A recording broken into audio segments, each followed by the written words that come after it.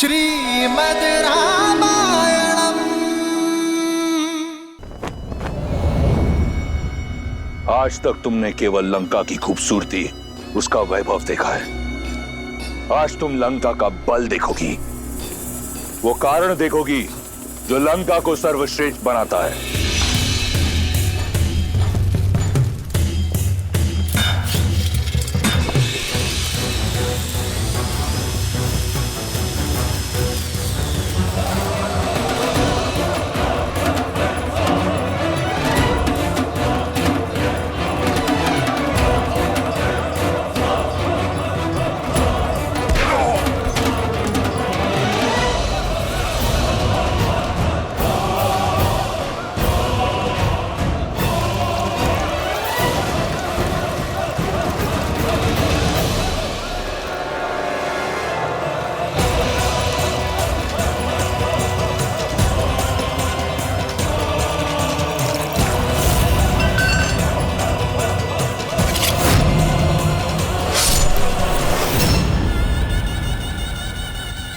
मुख मत मोड़ो सीता, इस दृश्य को अपने मन में, अपने मस्तिष्क में सजा लो। ये जो रक्त है, ये हर सिंहासन की नींव है। फिर चाहे वो अयोध्या हो या लंका, इन राक्षसों को देख रही हो, मांस के भूखे हैं।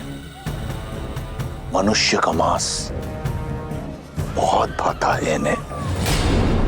तुम्हारे वनवासी को खाने में तनिक संकोच नहीं करेंगे। ये 10 कोटि राक्षस लंका का बल नहीं। आओ, तुम्हें भय की परिभाषा दिखाता हूं।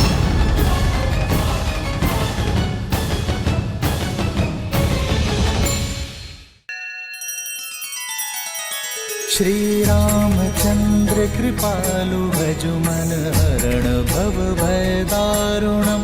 नव कंज लोचन कंज मुख कर कंज पद कंजारुणम। सिया राम, सिया राम, सिया राम, सिया राम। आदर्श और मर्यादा की है ये कथा महापावनम।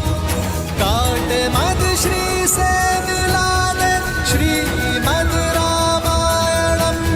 श्रीमद् रामायणम। सिया राम, सिया राम, सिया राम, सिया राम।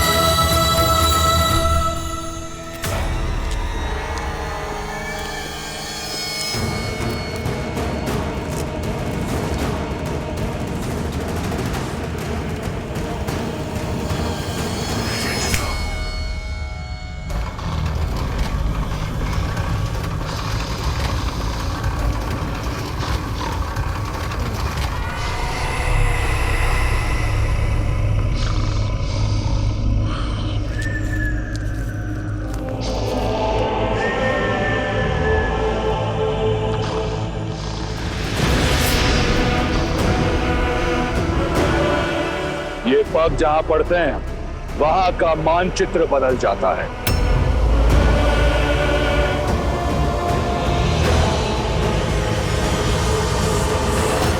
ये मानचित्र छोटा है रावण के साम्राज्य के सामने, पर हमें नहीं पता कि रावण ने माता सीता को कहां छुपा के रखा है, क्या उसका साम्राज्य कितना बड़ा है। इसलिए हमें संसार के कोने कोने में माता सीता को खोजना होगा। एक दल पूर्व में जाएगी, एक उत्तर में, एक और मेरा सबसे योग्य दल हनुमान, जामवन, नल, नील और अंगद दक्षिण की ओर जाएंगे, जहां माता सीता के होने की सबसे अधिक संभावनाएं हैं। अंगद, तुम जाकर सभी वानरों को सूचित करो। मैं कुछ और तैयारियां करता हूं।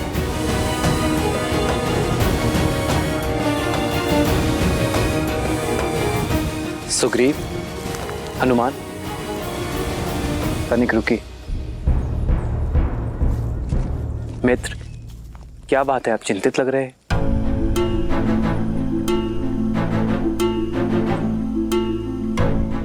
कहने जा रहा हूं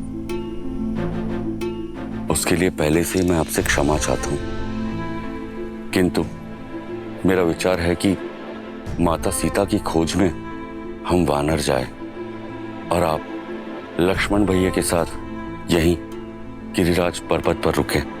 क्या ये कैसे संभव है वानर राज? भाभी माँ की खोज में हम दोनों ही ना जाएं? समझने का प्रयास करे भ्राता लक्ष्मण। एक कारण हम वानरों की तीव्रता है, वन में हमारी गति से मेल खाना बहुत कठिन होगा आपके लिए। और दूसरा कारण? भैया, महाराज सुग्रीव ने इस संसार के सभी वानरों को एकत्रित किया है। प्रभु श्री राम के नाम पर जिन वानरों में आपके बल और शक्ति के लिए श्रद्धा है, वो सभी वानर हमारी सहायता के लिए तत्पर हैं। और वो बस इसीलिए कि प्रभु श्री राम उनका नेतृत्व कर रहे हैं। वो सभी यहाँ इस गिरिराज पर्वत पर आएंगे। यदि प्रभु श्री राम यहाँ पर होंगे तब उनका मार्गदर्शन कर पाएंगे, उन वानरों को प्रेरित कर पाएंगे, सामान्य हित के लिए एक कर पाएंगे। भैया, जिस राम नाम के लिए इस संसार की समस्त वानर सेना एकत्रित हो रही है, यदि प्रभु श्री राम यहाँ पर नहीं होंगे तो भैया सेना का मनोबल टूट जाएगा। भैया और प्रभु, आप हम पर विश्वास कीजिए। माता सीता को खोजे बिना चैन की सांस नहीं लेंगे हम।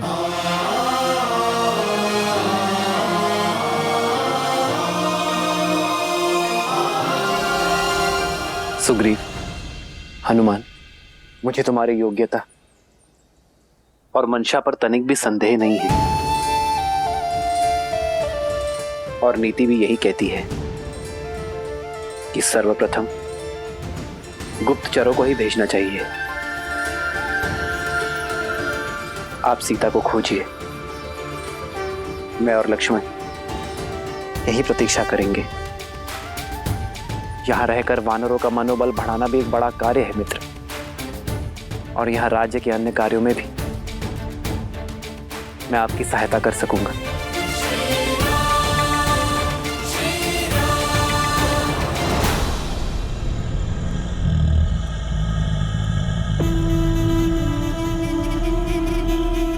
तुम्हारे मुख पर भय दिख रहा है। अपने उस वनवासी के लिए भयभीत हो। अच्छा है, होना चाहिए।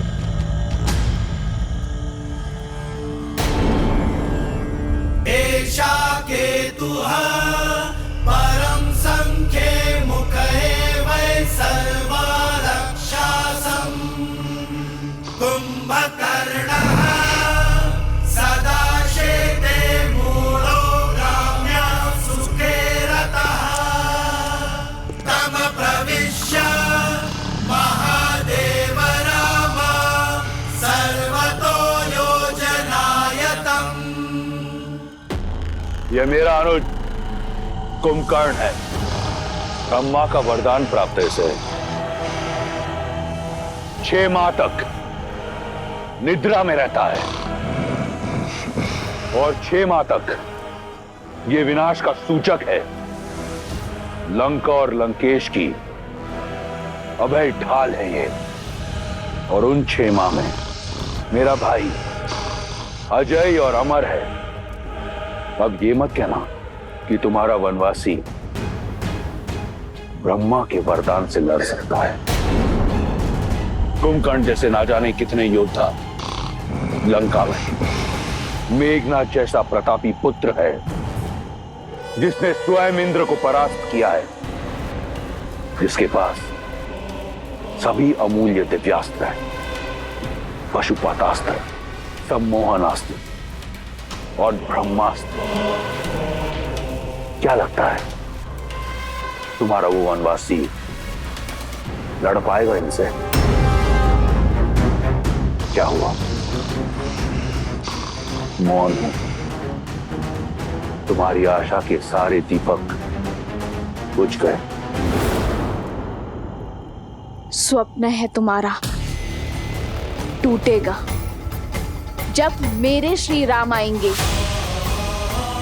तुम्हें क्या लगा मुझे यहां लाकर भयभीत कर दोगे तुम? तुम्हारा ये छल भी मेरा बल बन गया। मेरा विश्वास और अधिक दृढ़ हो गया कि तुमने मेरा हरण अपने विनाश के लिए किया है, कि श्री राम को ये वनवास तुम्हारे पाप के अंत के निमित्त से मिला है।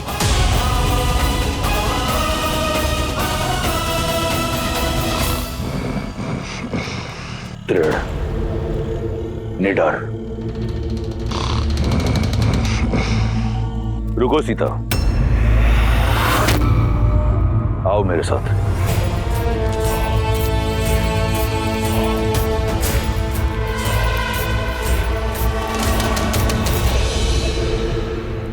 विश्वास है ना तुम्हें राम के आने का?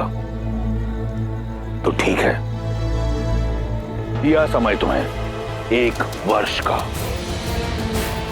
ये सूर्य घड़ी देख रही हो, एक दिन में 8 पहर होते हैं। 3 सहस्त्र पहर दिए तुम्हें। इन 3 सहस्त्र पहरों के बाद अपनी इच्छा से तुम अपना निर्णय बदलकर मुझसे प्रेम करोगी, मुझसे विवाह करोगी। अन्यथा यह दायित्व मेरा बल निभाएगा। अब से हर क्षण जब तुम राम को स्मरण करोगी तो रावण का विचार भी तुम्हें अवश्य आएगा। जाओ, कर लो अपने राम की प्रतीक्षा, ले लो मेरे धैर्य की परीक्षा।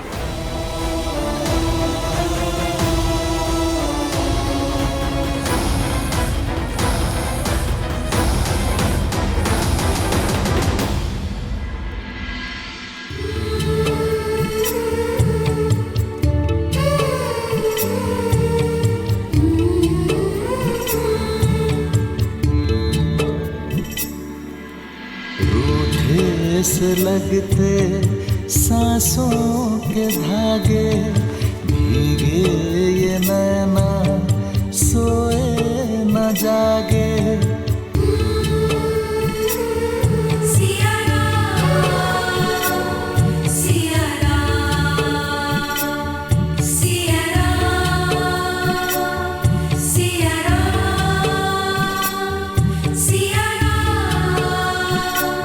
सिया की आग में जले सिया राम।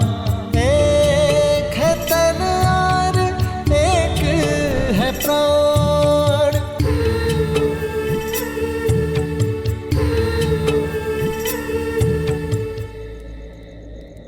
तुम्हारे पतिव्रता पर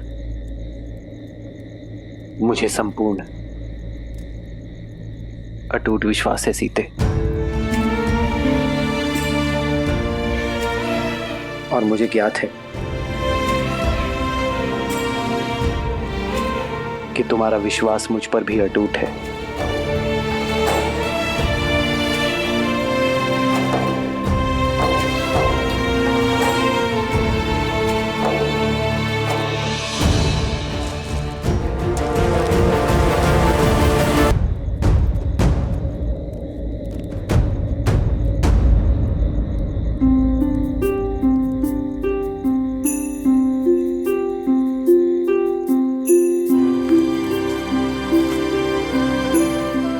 हनुमान,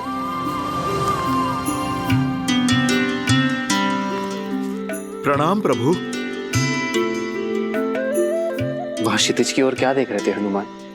प्रभु, उस ओर पूर्व दिशा है।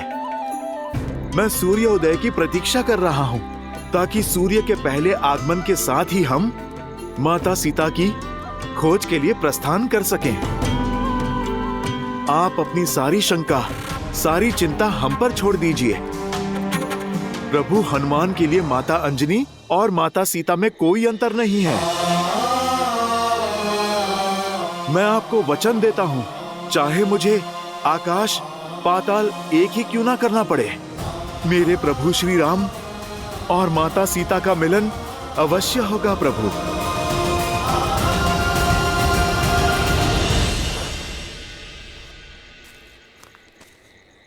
हनुमान के रहते इस राम को कैसी चिंता, कैसी शंका।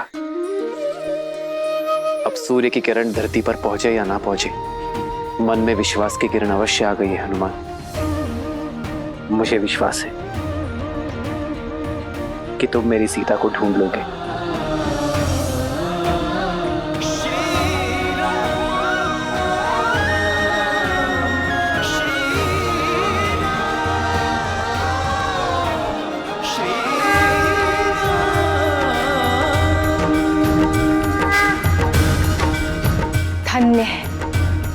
धन्य है श्री राम के प्रति हनुमान का समर्पण और हनुमान पर श्री राम का विश्वास। देवी, श्री राम और भक्त शिरोमणि हनुमान का संबंध केवल भक्त और भगवान का संबंध ही नहीं है, अपितु मित्रता की पराकाष्ठा भी है। राम और हनुमान की ये जोड़ी दो जातियों, दो प्राणियों के निस्वार्थ प्रेम की, मित्रता की गाथा है। इनकी एक दूसरे के प्रति निष्ठा, विश्वास और समर्पण कालांतर तक स्मरण रखे जाएंगे। हनुमान के विश्वास ने तो मेरे मन में भी आशा का दीप जला दिया है।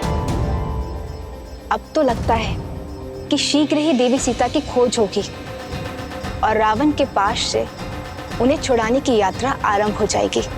जो यात्रा इतनी सरल हो देवी, वो ना तो प्रेम की यात्रा, ना ही मेरे प्रभु श्री राम की यात्रा हो सकती है।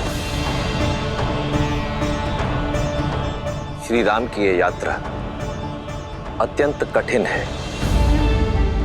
श्री राम की इस गाथा का केवल एक ही उद्देश्य है कि यदि मनुष्य कोई अभिलाषा रखता है तो उसे पाने का मार्ग अथाह परिश्रम और अथाह समर्पण से होकर ही जाता है।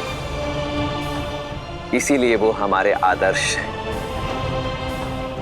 और शीघ्र ही ये संसार भी जान जाएगा कि क्यों राम ही मर्यादा पुरुषोत्तम श्री राम है। मैं कुछ समझी नहीं। देवी, कथा में व्यथा क्यों है, यदि ये समय से पूर्व बता दिया जाए तो कथा का आनंद अधूरा रह जाता है। थोड़ा धैर्य रखिए, शीघ्र ही आपको स्वयं ज्ञात हो जाएगा कि मेरे शब्दों का तात्पर्य क्या है और इस कथा में आने वाली व्यथा का कारण क्या है। साथियों, हम यहाँ इकट्ठा हुए हैं उस साहस के समर्थन के लिए जिसने वानर समाज को एक नया अर्थ दिया है। हम वानरों के नवीन युग का आरंभ है ये, और अब वचन निभाने की बारी हम वानरों की है। हम संपूर्ण सृष्टि के कोने कोने में माता सीता के चिन्ह खोजेंगे, उन्हें रावण के प्रकोप से मुक्त कराएंगे।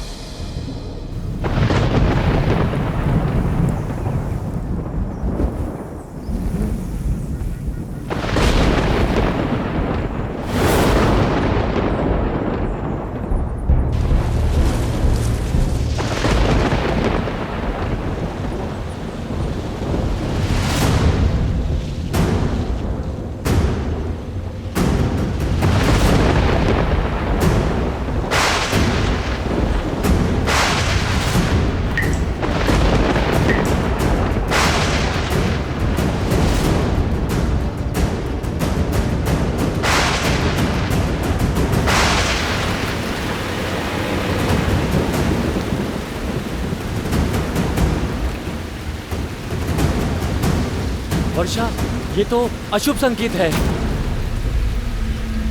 हाँ, अशुभ संकेत है। अब हम सब आगे कैसे बढ़ेंगे महाराज सुग्रीव?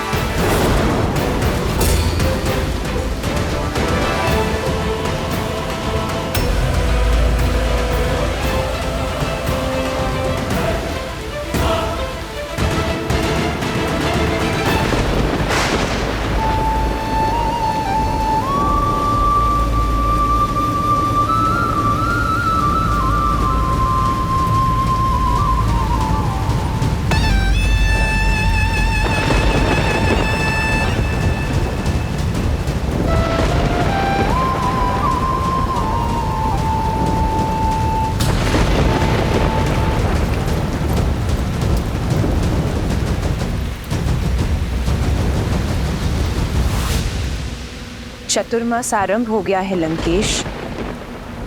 लंका की अतिथि को सिर पर छत की आवश्यकता है। ये अतिथि बहुत हट्टी है, मारेगी नहीं।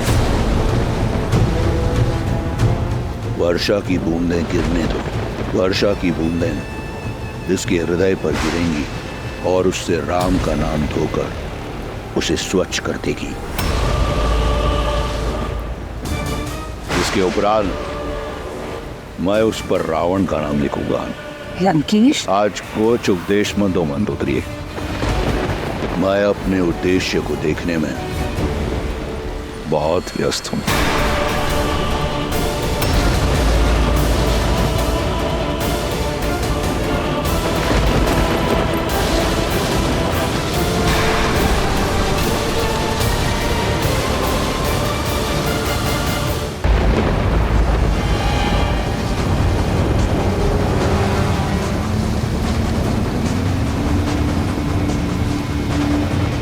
क्या हुआ? क्या बिजलियों की गड़गड़ाहट मात्र ने वानरों की इच्छा शक्ति को डगमगा दिया है? लक्ष्मण भैया, इच्छा शक्ति तो साथ है, किंतु प्रकृति नहीं। वर्षा ऋतु आरंभ होने को है। यहाँ से दक्षिण की वर्षा काल बनकर आती है।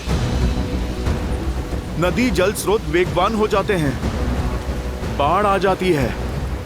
ना भैया भोजन मिलता है, ना आगे जाने का मार्ग। इस वर्षा काल में वानर अपने अपने घरों में अपने परिवार की रक्षा में जुट जाते हैं। प्रभु, ऐसे में यदि खोजी दल आगे बढ़ा तो उनका जीवन संकट में पड़ जाएगा। बस इसी कारण हमारे वानर सैनिकों के मन में शंका उत्पन्न हो गई है।